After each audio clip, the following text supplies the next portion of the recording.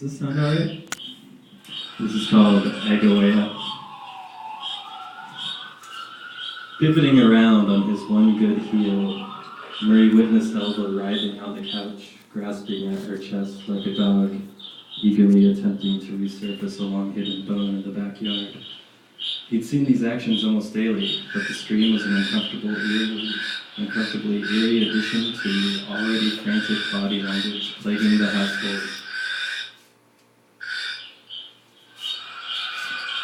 A clicking buzz ticked excitedly amidst the balled-up Kleenex collection and crossword puzzle books on the end table, and soon a fine green mist was flexing an area takeover in the living room. Cocoon Shield, trademark, had been activated by the irregular palpitations in Elva's previously vibrant heartbeat, and was now looming her body within a verdant cushion. Looking back at his hand, Murray found it to be intact and laying flat on the clean kitchen counter. Where's the blood? And the knife? Where's the kitchen? Foamy strings of elasticized polymer substrates appeared between his fingers and enveloped his hand in an ooze fixative, gelatinous, yet tough and unbreakable. Not the regular lunch today, Elva, he said. Like a man trapped in a meltdown of the epoxy factory, Murray's hand was held firmly against his will. The disappearing stove and countertop sponsored an intense interest in helping him forget his spider-bite knife ritual for a moment.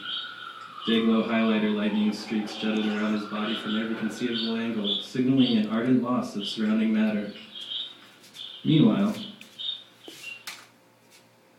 serving herself at the nearest come-and-get-it filling station, and still a little under 5 kilometers away, Lynn worked her ass off to get enough bread to spring for the promised golden salvation house of Elva and Murray for Silawu.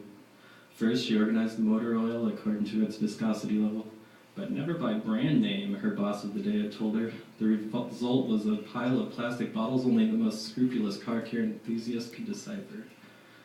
Next, Lynn put on a water buffalo mask and sponged the dust off the interior window panes before stoically burning a mound of wet black leaves in the parking lot, while systematically chanting a count-off of the day's receipts.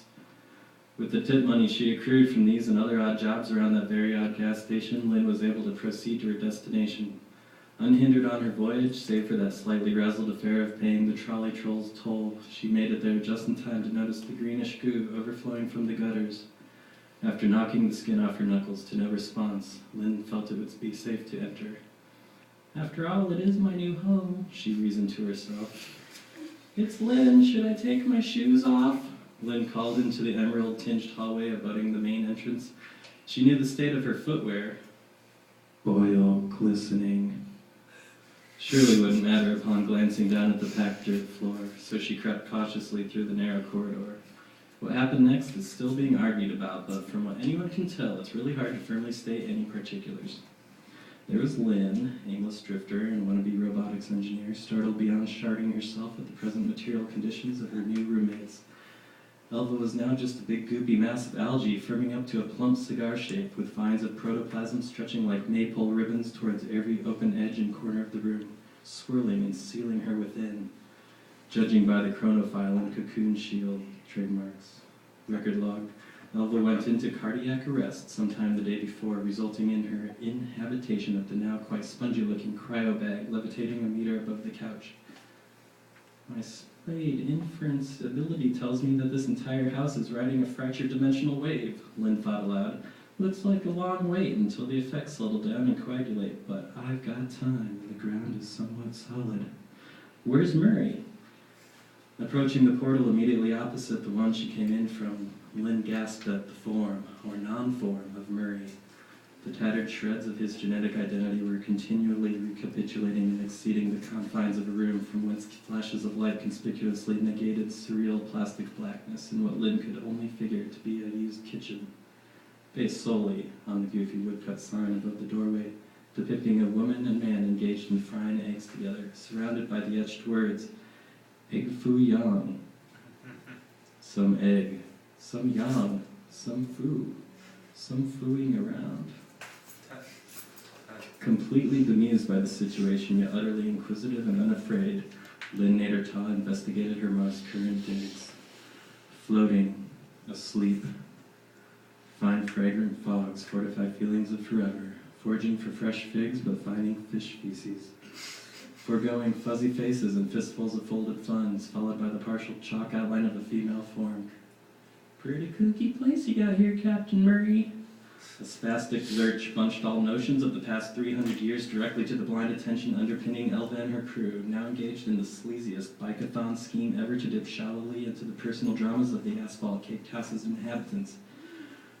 I got you a red coffee and the house pet obituaries. Murray spluttered sparkly through the cracked weather-vane piping Lynn had recently refashioned as a brusque adornment to his gaping, slime-dribbling mouthhole. Now you look like a proper gent, he murmured at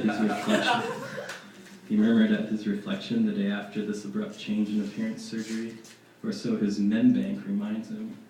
His usual role as primary upstairs robot was on hiatus until the necessary parts could be found to patch that craggy gape of a chasm once known to house a pretty good trackball. Rumors abounded throughout the lesser appliances that Elva had been talking in her sleep. Nobody can say for sure, but the fake fireplace next to the couch definitely thinks it might have heard either or emanating from Elva's faceplate during her latest frenetic episode. That was from a Exquisite Corpse literary project that I was part of. Thank you.